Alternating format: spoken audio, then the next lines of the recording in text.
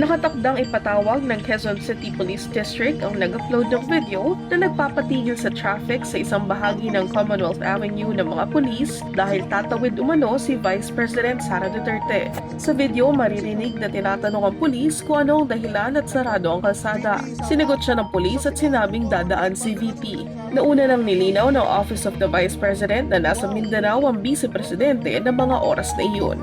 Hiling ng pangalawang Pangulo, imbestigahan ang insidente. Agad namang inalis sa pwesto ng QCPD ang pulis na tinanong sa video. Bibigyan ng Heroes Welcome ng pamahalaan si Marjoret Garcia, ang overseas Filipino worker na pinatay sa Saudi Arabia.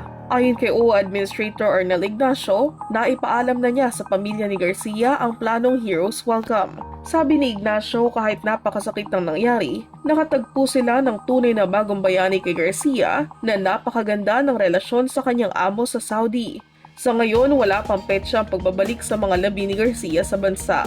Nakikipag-ugnayan na rin ng Department of Migrant Workers sa pamahalaan ng Saudi Arabia para sa investigasyon sa pananaksak at pagpatay kay Garcia. Manatiling nakatutok sa maiinit na balita. Michelle Giliang para sa All TV News.